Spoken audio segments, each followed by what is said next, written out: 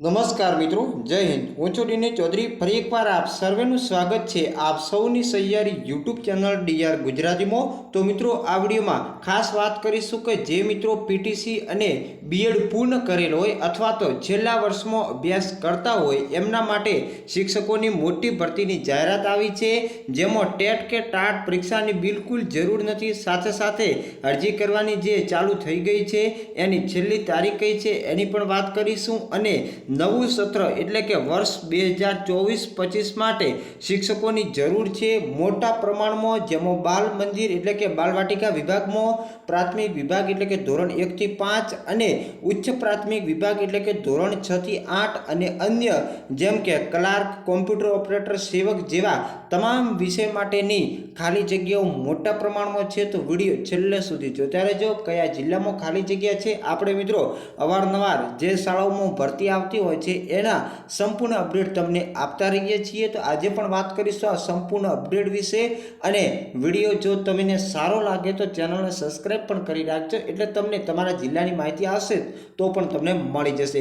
સાથે સાથે આ જાહેરાત આપણી ટેલિગ્રામની ચેનલ છે, વોટ્સઅપનું ગ્રુપ છે, એમાં પણ તમને મળી જશે, જેમાં તમે જોડાઈ શકો છો। લિંક ડિસ્ક્રિપ્શન બોક્સમાં આપેલી છે। તો ચાલો વિડીયો શરૂ કરીએ।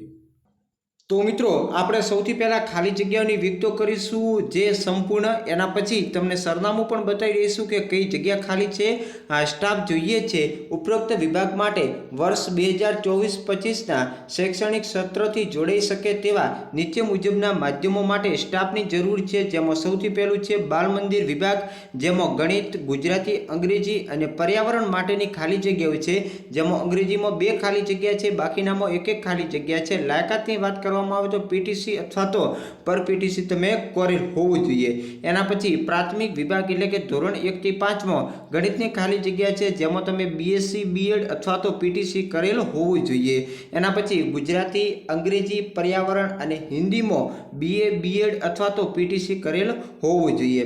એના પછી આગળ વાત કરીશું કે ઉચ્ચ પ્રાથમિક એટલે કે ધોરણ 6 થી 8 માં વિજ્ઞાન, ગણિત આ બંને વિષય માટે બીએસસી, બીએડ કરેલ હોવું જોઈએ, 1 ખાલી જગ્યા છે। એના સિવાય ગુજરાતી, અંગ્રેજી, સામાજિક વિજ્ઞાન, હિન્દી અને સંસ્કૃત માટે બીએ, બીએડ કરેલ હોવું જોઈએ, તમામ માટે 1 ખાલી જગ્યા છે। અન્ય ક્લાર્કની 1 ખાલી જગ્યા છે, કોમ્પ્યુટર ઓપરેટરની 1 ખાલી જગ્યા છે અને સેવકની 1 ખાલી જગ્યા છે।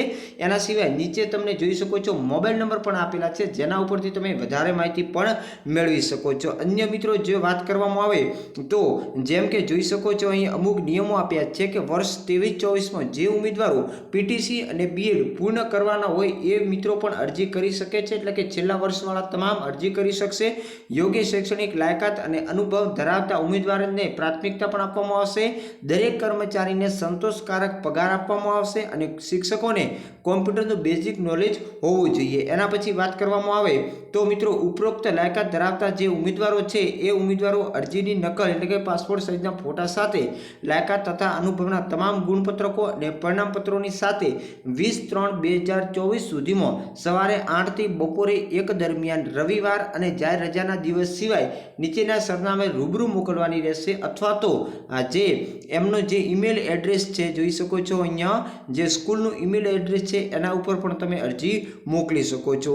રૂબરૂ અરજી મોકલવાનું સરનામું છે ચામુંડા સોસાયટી, તાલુકો ધાનેરા, જિલ્લો બનાસકાંઠા। એના સિવાય મિત્રો વાત કરવામાં આવે તો જે સ્કૂલનું નામ છે શ્રી નાલંદા એજ્યુકેશન ટ્રસ્ટ સંચાલિત ઉપાસના સ્કૂલ ઓફ એક્સેલન્સ અને હોસ્ટેલ માટે આ તમામ સ્ટાફની ખાલી જગ્યાઓ આવી છે, જેમાં તમે મોડામાં મોડા જે 20-3-2024 સુધીમાં રૂબરૂ અરજી કરી શકો છો, અથવા તો ઈમેલ દ્વારા પણ અરજી કરી શકો છો। જે મિત્રો દૂરના છે, રૂબરૂ ન જઈ શકે એ મિત્રો આ ઈમેલ ઉપર અરજી કરી શકે। આવી જ ભરતીની માહિતી મેળવવા માટે અમારી ચેનલ સાથે જોડાયેલા રહેશો, તમને મળતું રહેશે। એના સિવાય જ્ઞાન સહાયક, વિદ્યા સહાયક, શિક્ષણ સહાયક, આશ્રમ શાળા ભરતી જેવી સંપૂર્ણ અપડેટ આપણે આપીશું। ફરી મળીશું નવી અપડેટ સાથે નવા વિડીયોમાં।